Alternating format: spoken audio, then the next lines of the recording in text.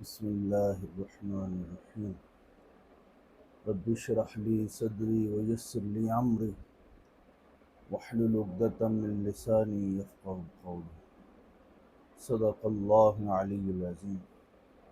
اللہم صلی وسلم وبارک علی سیدنا محمد وعلی آلہ وصحبہ اجمعین۔ آج ہم جس غزل کو پڑھنے جا رہے ہیں یہ دیوان حافظ رحمۃ اللہ علیہ سے ہے۔ حافظ صاحب نے اس غزل میں ہجر جب وارد ہوتا ہے محبوب کی طرف سے تو اس ہجر کے جو اثرات ہیں داخلی اور خارجی صورت میں وہ کیسے وارد ہوتے ہیں، وہ کیسے آپ پر اترتے ہیں، اور محبوب جب بڑا ہو اور اس کی طرف سے جب ایک ہجر کی کیفیت پیدا ہوتی ہے تو ایک سالک پر وہ کیا کیفیتیں ہیں جن کے اندر سے وہ گزرتا ہے، وہ کون سے احوال ہیں جو اس پر وارد ہوتے ہیں۔ تو اسی کو ہی حضرت حافظ رحمۃ اللہ علیہ اپنی اس غزل میں سنا رہے ہیں، بتا رہے ہیں اور سمجھا بھی رہے ہیں کہ جب تم پر بھی کوئی ایسی کیفیت آ جائے، وارد ہو جائے، تو حقیقت کے ساتھ تعلق میں جب قبض کی کیفیت ہو، ہجر کی کیفیت ہو، فراق کا عالم ہو، تو پھر اس طریقے سے رہنا اور اپنے آپ کو وہاں گرا لینا اور اس کے حضور جھک جانا، آہوزاری کرنا، یعنی کہ اس فراق کی حالت میں بھی، اس ہجر کی حالت میں بھی ایک سالک کو حقیقت کے ساتھ، اپنے محبوب حقیقی کے ساتھ اس طرح تعلق استوار رکھنا ہے، تعلق میں رہنا ہے، اس کے داخلی اور خارجی جو اثرات ہیں وہ بھی بتا رہے ہیں اور کہہ رہے ہیں کہ وہاں اس انفس و آفاق میں رہتے ہوئے تمہیں پھر دوبارہ اس ہجر میں بھی کس طریقے سے اس کے تعلق میں رہنا ہے۔ تو یہی چیز ہے جو کہ آج کی اس غزل میں آئے گی، اور مختلف داخلی اور خارجی کیفیات ہیں جن کو حضرت حافظ رحمۃ اللہ علیہ یہاں بیان فرما رہے ہیں۔ تو بسم اللہ کرتے ہیں۔ فرماتے ہیں ترک پری چہرہ کہ دوش از بر ما رفت، کہ وہ میرا محبوب جو کہ اپنی روحانی حقیقت رکھتا ہے، وہ روحانی حقیقت رکھنے والا محبوب، فرماتے ہیں ترک پری چہرہ کہ دوش از بر ما رفت، کہ گزشتہ رات وہ پتہ نہیں کہ کس طریقے سے میرے پہلو سے نکل گیا ہے، آیا چہ خدا دید کہ از رہے خطا رفت، فرماتے ہیں یہ بھی پتہ نہیں ہے کہ اس نے کیا خطا دیکھی ہے کہ وہ خطا کے راستے سے نکل گیا۔ محبوب کی طرف سے اگر خطا کا پتہ چل جائے تو یہ ایک عاشق کے لیے بڑی بات ہوتی ہے، تاکہ وہ اپنی اس غلطی کا ازالہ کر لے اور اپنے آپ کو اس کے راستے میں، اس کے ساتھ تعلق میں جتنا بہتر ہو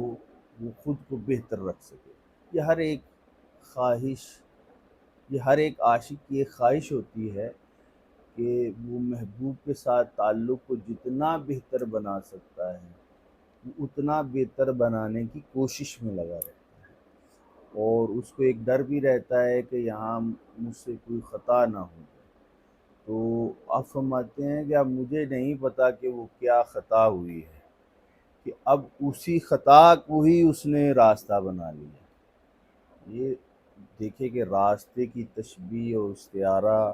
اور پھر اسی میں سے ہی اس کا راستہ نکالنا، یہ اس کے جو خارجی اثرات ہیں ان کو کس طریقے سے بیان کرنا ہے کہ آج کی رات محبوب جو ہے وہ میرے پہلو سے نکل گیا ہے، اور اب میں یہ سوچ رہا ہوں کہ مجھ سے کیا خطا ہو گئی ہے جس خطا کی بنیاد پر وہ اس راستے سے چلا گیا ہے۔ اب پہلے وہ دیکھے کہ کس طریقے سے انہوں نے تمہید باندھی ہے، محبوب کے ہونے کو واضح کیا ہے، اور پھر واضح کرتے ہی اس کا جو پہلا اثر ہے وہ بتا رہے ہیں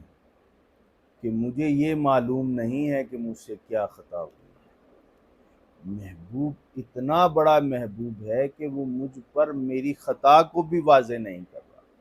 عموماً مجازی محبت میں انسان کو اپنی خطا کا پتہ ہوتا ہے کہ میں نے یہ غلطی کی ہے، یہاں مجھ سے یہ غلطی سرزد ہوئی ہے، یا میں یہاں پر غلط ہوں۔ لیکن فرما رہے ہیں کہ یہ محبوب ایسا محبوب ہے کہ اس نے یہاں بغیر غلطی کے، بغیر خطا کے مجھ میں یہ اثر پیدا کر کے دکھا دیا ہے کہ جیسے مجھ سے کوئی غلطی ہوئی، یعنی کہ اس کا جدا ہونا مجھ میں یہ اثر پیدا کر رہا ہے کہ جیسے میں کوئی غلطی کر بیٹھا ہوں یا مجھ سے کوئی خطا جو ہے وہ سرزد ہو گئی ہے۔ تو یہ اس کے یہاں سے جاتے ہی جو پہلا اثر پیدا ہوا ہے وہ یہ ہے، اور اب بتدریج اس کو بتاتے چلے جائیں گے کہ ایک عاشق جب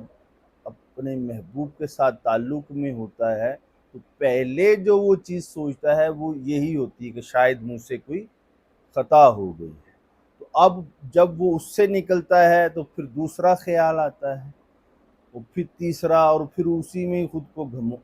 گھماتا رہتا ہے اور انہی میں ہی پھرتا رہتا ہے۔ تو اب فرماتے ہیں تعارف مرا از نظراں چشم جہاں بین،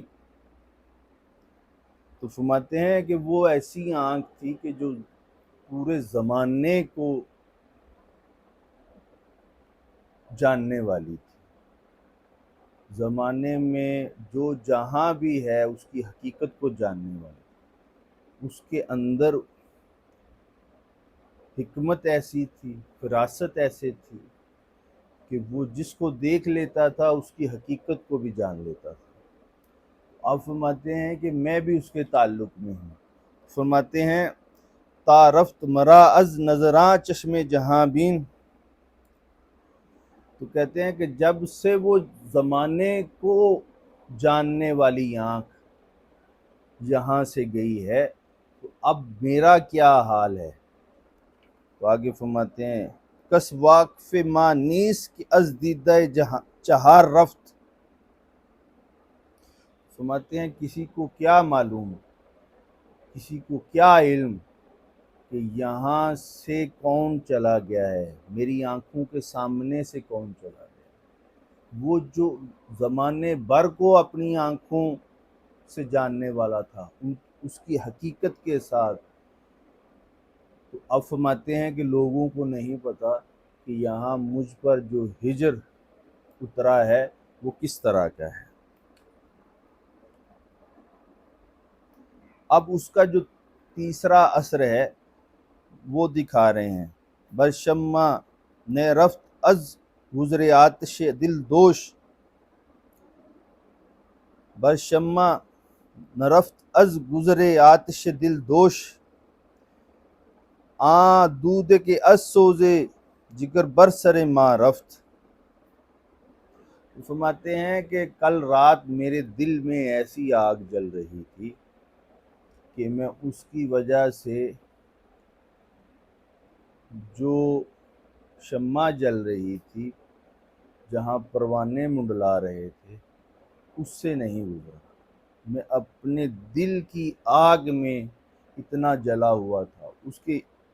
اس کے ہجر کا الاؤ مجھ میں اتنا جل رہا تھا کہ میں اپنے ہی دل کے گرد جو منڈلاتا رہا ہوں، اپنے ہی دل کا طواف کرتا رہا ہوں، اور پھر کیا اس کا اثر مجھ پر اترتا رہا ہے۔ آن دود کے از سوز جگر بر سر ما رفت۔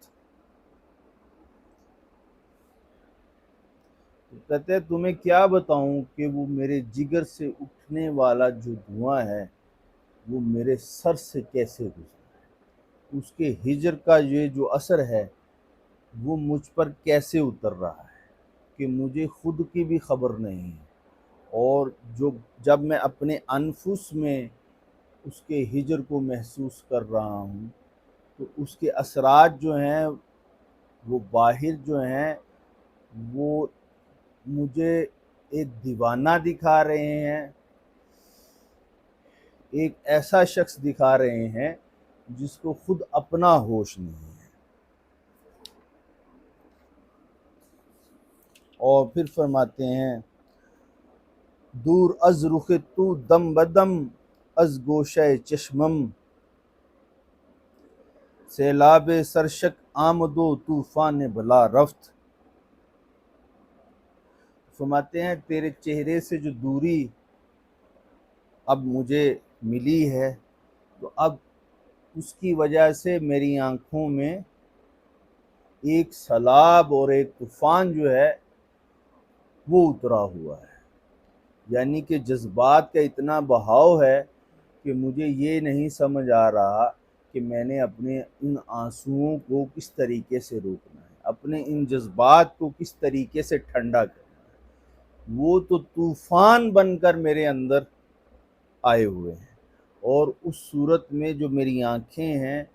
اس سے جو ہے آنسو وہ رواں ہیں، اور وہ تھم نہیں رہے، وہ رک نہیں رہے، اور میں اس کو یاد کر کے اس کے وصال کی خواہش کو لے کر روتا چلا جا رہا ہوں۔ تو اب دیکھیں کہ ہجر کی اس کیفیت کو بھی وہ بتا رہے ہیں، اور پھر محبوب کے ساتھ جو تعلق ہے اس کا احساس بھی زندہ رکھے ہوئے ہیں۔ یہ بڑا کمال ہوتا ہے کہ جس محبوب کا ہجر ہے وہ غالب رہے اس ہجر میں، اس کا اثر جو ہے وہ غالب رہے۔ صوفیاء اکرام رضوان اللہ اجمعین کا بھی یہ ایک وتیرہ رہا ہے کہ جب ان پر کوئی قبض کی کیفیت وارد ہوتی تھی تو وہ اس میں یاد حق میں، اس کی نسبت میں، اس کے تعلق میں زیادہ چلے جاتے تھے، اور پھر وہاں وہ اس کے ان انوار و تجلیات کو حاصل کرنے کے لیے اور صحیح اور کوشش کرتے رہتے تھے، اور وہاں وہ اپنی خطا ڈھونڈتے رہتے تھے کہ شاید ہم سے کوئی خطا ہو گئی ہے، تو وہ وہاں مغفرت طلب کرتے رہتے تھے، توبہ اختیار کرتے رہتے تھے، اور وہاں عاجزی و انکساری سے سجدہ ریز رہتے تھے۔ تو آگے پھر فرماتے ہیں از پائے فتح دیم چو آمد شب ہجراں، دردد بما دیم چو از دست دوا رفت۔ فرماتے ہیں جب سے اس کی شب ہجر آئی ہے،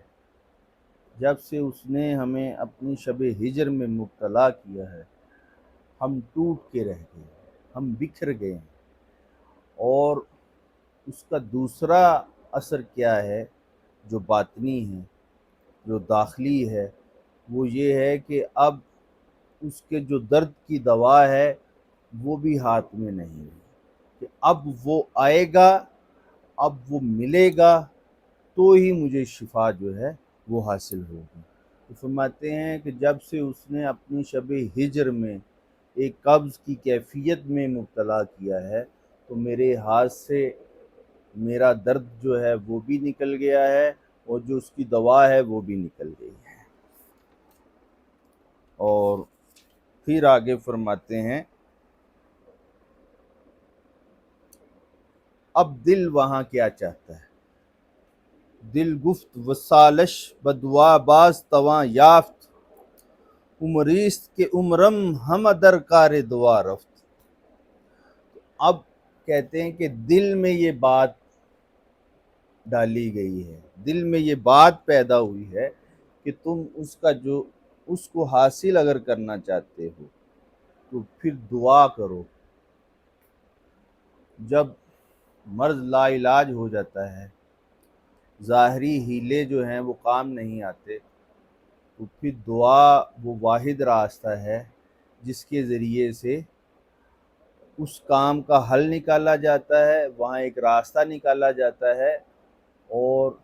وہاں شفا جو ہے وہ طلب کی جاتی ہے۔ تو فرماتے ہیں کہ اب کیا ہوا ہے، عمریست کے عمرم ہم در کار دعا رفت۔ تو فرماتے ہیں ایک عمر گزر گئی ہے اس کام میں اور ہم دعائیں مانگتے چلے جا رہے ہیں اور ابھی تک ہماری کوئی دعا جو ہے وہ قبولیت کے درجے کو نہیں پہنچی۔ اور پھر فرماتے ہیں احرام چے بندیم کہ آن قبلہ نے ایجاست، در سیے چے کوشیم کہ از مروہ صفا رفت۔ فرماتے ہیں اب جو ظاہری احرام ہے، ظاہری جو خود کو پاک کرنے کی کوشش ہے وہ کیوں کریں؟ کیونکہ جو اس کی حقیقت، جو اس کا تعلق، جو اس کی معرفت کا جو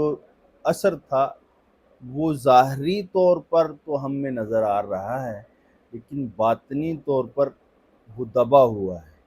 اور ہم میں اب وہ جو نسبت اور وہ تعلق ہے وہ ظاہری طور پر رکا ہوا ہے اور باطنی طور پر بھی رکا ہوا ہے۔ تو فرماتے ہیں کہ اب احرام کس وجہ سے باندھیں کہ جو قبلہ دل ہے وہ دل میں نہیں ہے۔ تو فرماتے ہیں در سیے چے کوشیم کہ از مروہ صفا رفت۔ فرماتے ہیں اب وہ جو صفا و مروہ میں اس کے ہونے کا جو احساس تھا وہ اگر موجود ہوتا تو ہم وہاں صحیح کرتے، کوشش کرتے دوڑنے کی، چلنے کی،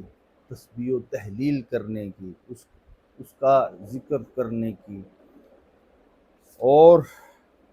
پھر فرماتے ہیں دے گفت طبیب از سر حسرت چو مرادید، ہیہات کے درد توزے قانون شفا رفت۔ کہتے کل مجھے جو ہے طبیب نے آ کر دیکھا، میری نفس پر ہاتھ رکھا اور پھر حسرت سے کہا ہیہات کے درد زید قانون شفا رفت۔ فرماتے ہیں کہ اس نے کہا ہے کہ جو ابو علی سینا نے کتاب لکھی قانون شفا، فرماتے ہیں اس میں تمہارے درد کا، تمہاری اس مرض کا کوئی علاج نہیں لکھا ہوگا۔ فرماتے ہیں جو عشق ہوتا ہے وہ لا علاج ہوتا ہے، اس مرض کا کوئی علاج نہیں۔ فرماتے ہیں کہ اس نے افسوس کرتے ہوئے کہا کہ یہ جو تمہیں مرض لاحق ہوا ہے اس کا کوئی علاج نہیں ہے۔ تو اب اس کا علاج کیا ہے وہ خود حافظ جو ہیں وہ تجویز کر رہے ہیں۔ تو وہ فرماتے ہیں علاج کیا ہے، اے دوست بپرسیدن حافظ قدم نہ، زاں پیش کی گویند کی از دار فنا رفت۔ فرماتے ہیں دوست حافظ کی مزاج پرسی کے لیے، اس کے ہجر کے علاج کے لیے، اس کے درد کے علاج کے لیے، اس کے شب ہجر کے علاج کے لیے آ جا، مزاج پرسی کے لیے ایک قدم ادھر آ جا۔ تو ایک قدم بھی ادھر رکھے گا تو کیا ہوگا، مجھے شفا مل جائے گی، مجھے قرار آ جائے گا، مجھے سکون نصیب ہو جائے گا۔ تو کہتے کہ آجا اس سے پہلے کہ زاں پیش کے گویند کی ازدار فنا رفت، اس سے پہلے کہ میں جو اس دنیا کو چھوڑ کر آخرت کی طرف چلا جاؤں، قبر میں چلا جاؤں، اور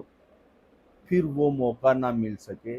کہ یہ جو میرے ہجر کا علاج ہے، جو میرے درد کا علاج ہے، وہ ہو سکے۔ تو دیکھیں کہ اس ساری غزل کے داخلی اور خارجی اثرات میں حضرت حافظ رحمۃ اللہ علیہ نے کس طریقے سے ہجر کو بیان فرمایا ہے، اور وہاں محبوب کے ساتھ تعلق اور اس کے ربط کو بھی باہر رکھے ہوئے ہیں، اور وہاں جو اپنی داخلی کیفیت ہے اس کو بھی بیان کرتے چلے جا رہے ہیں۔ ہجر ایک ہے، اس کے اندر مختلف اثرات ہیں، مختلف کیفیات ہیں، ان کو وہ بیان کرتے چلے جا رہے ہیں، اور فرماتے ہیں کہ جیسے تیسے بھی ہو، چاہے محبوب کا ہجر ہو، اس کا وصال ہو، اس کے اندر اس کے تعلق میں رہنا بہت ضروری ہے، اپنے انفس و اپنے آفاق کے ساتھ۔ تو اللہ رب العزت سے دعا ہے کہ اللہ پاک ہمیں حضرت حافظ شیرازی رحمۃ اللہ علیہ کی طرف سے ملنے والے ان فیض و برکات کو سمیٹنے کی توفیق عنایت فرمائے، اور ہمیں اپنے پیاروں کی صحبت اور سنگت نصیب فرمائے۔